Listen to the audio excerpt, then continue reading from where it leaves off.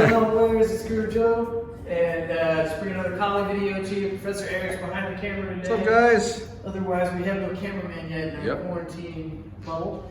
I did a few series back over the summer on how to get the stick moving using a redondo and abanico batik. And I think I even did a Floretti video with some interesting combinations in it the other day. Well, these are our 3 simple series you could use that when you chain them together, the possibilities really fan out. And then if you combine that with the numbering system, like most people have like 12 angles of attack, and we make videos on those too, you can really start to get the tool moving. And this would be good for stick or knife. The only difference is with a blade, a shorter blade, is the movement's a little more concise. It's not big circles that you need for like a blunt object or a longer tool.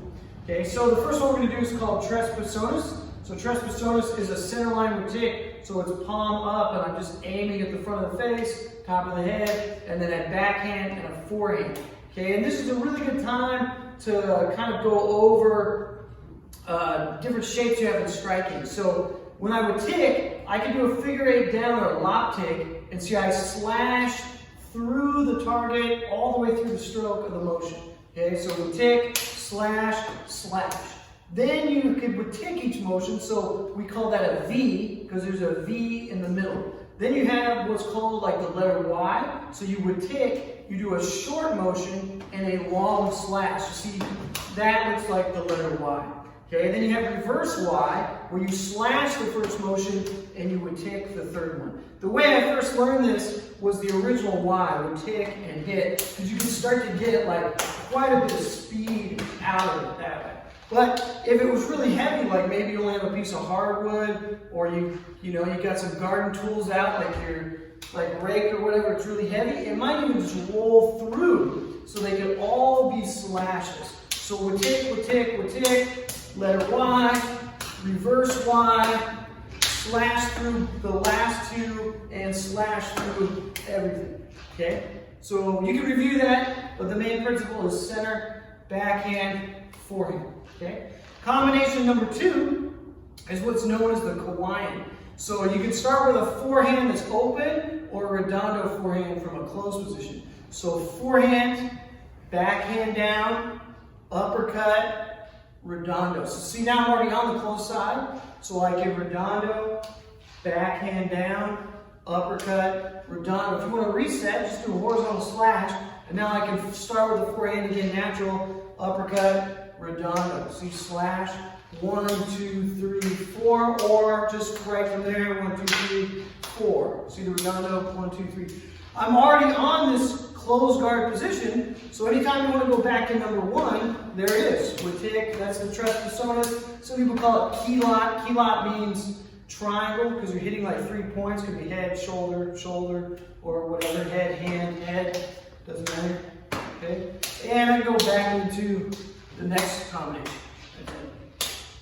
Okay, and then the last one I'm going to give you, because I did the horizontal motion, is just what I refer to as the H pattern in the redondo series. So again, over the summer I did a whole series on how to do the redondo. Redondo is just a circular motion. So on this Kawaiian, you can see it's diagonal.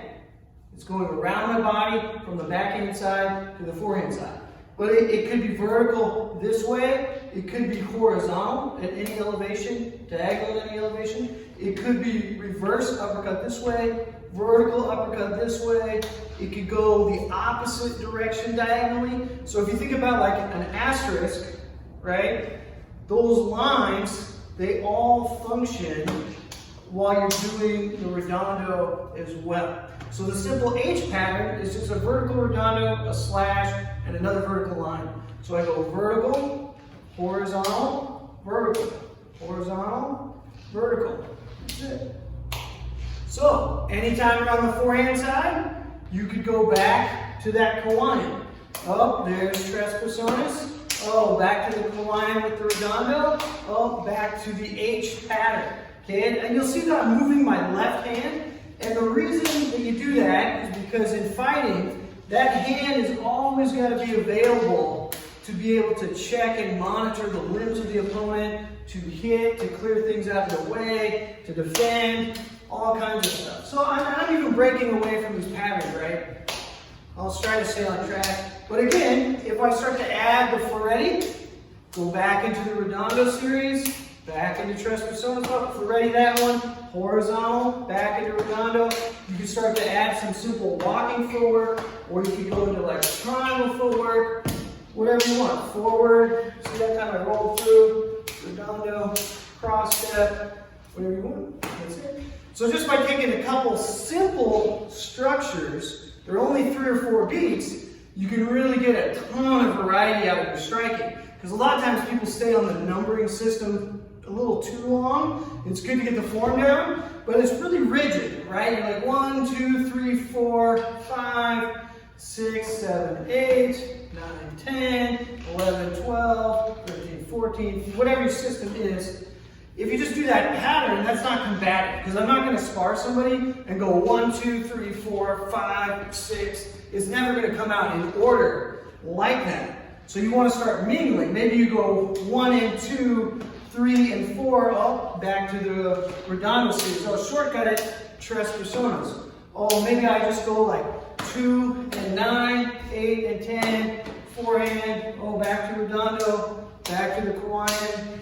That's it. And you start mixing these things up and it will flow. Just like when you start boxing, you learn a jab, you learn a cross, you learn a hook, you learn an uppercut. And in the beginning, you go to the heavy bag, throw some combinations, and what comes out is like ones and twos maybe, right? But as you get good at it, you can hit the bag for 3 minutes without stopping, and you feel like you have all this freedom just using 3 or 4 tools at your disposal. So this has got to be no different, right? There's only 2 or 3 lines, forehand, backhand, vertical, and uppercut that I was just using. But out of that, you get a tremendous amount of play. All right, guys. I appreciate you watching. As always, if you have any questions, leave them in the comments below. Question could be about the video we did here today, or anything that you want to see covered. Me and Professor Eric are happy to do it. Absolutely. All right, Warriors. Thanks for watching. All right, Warriors out.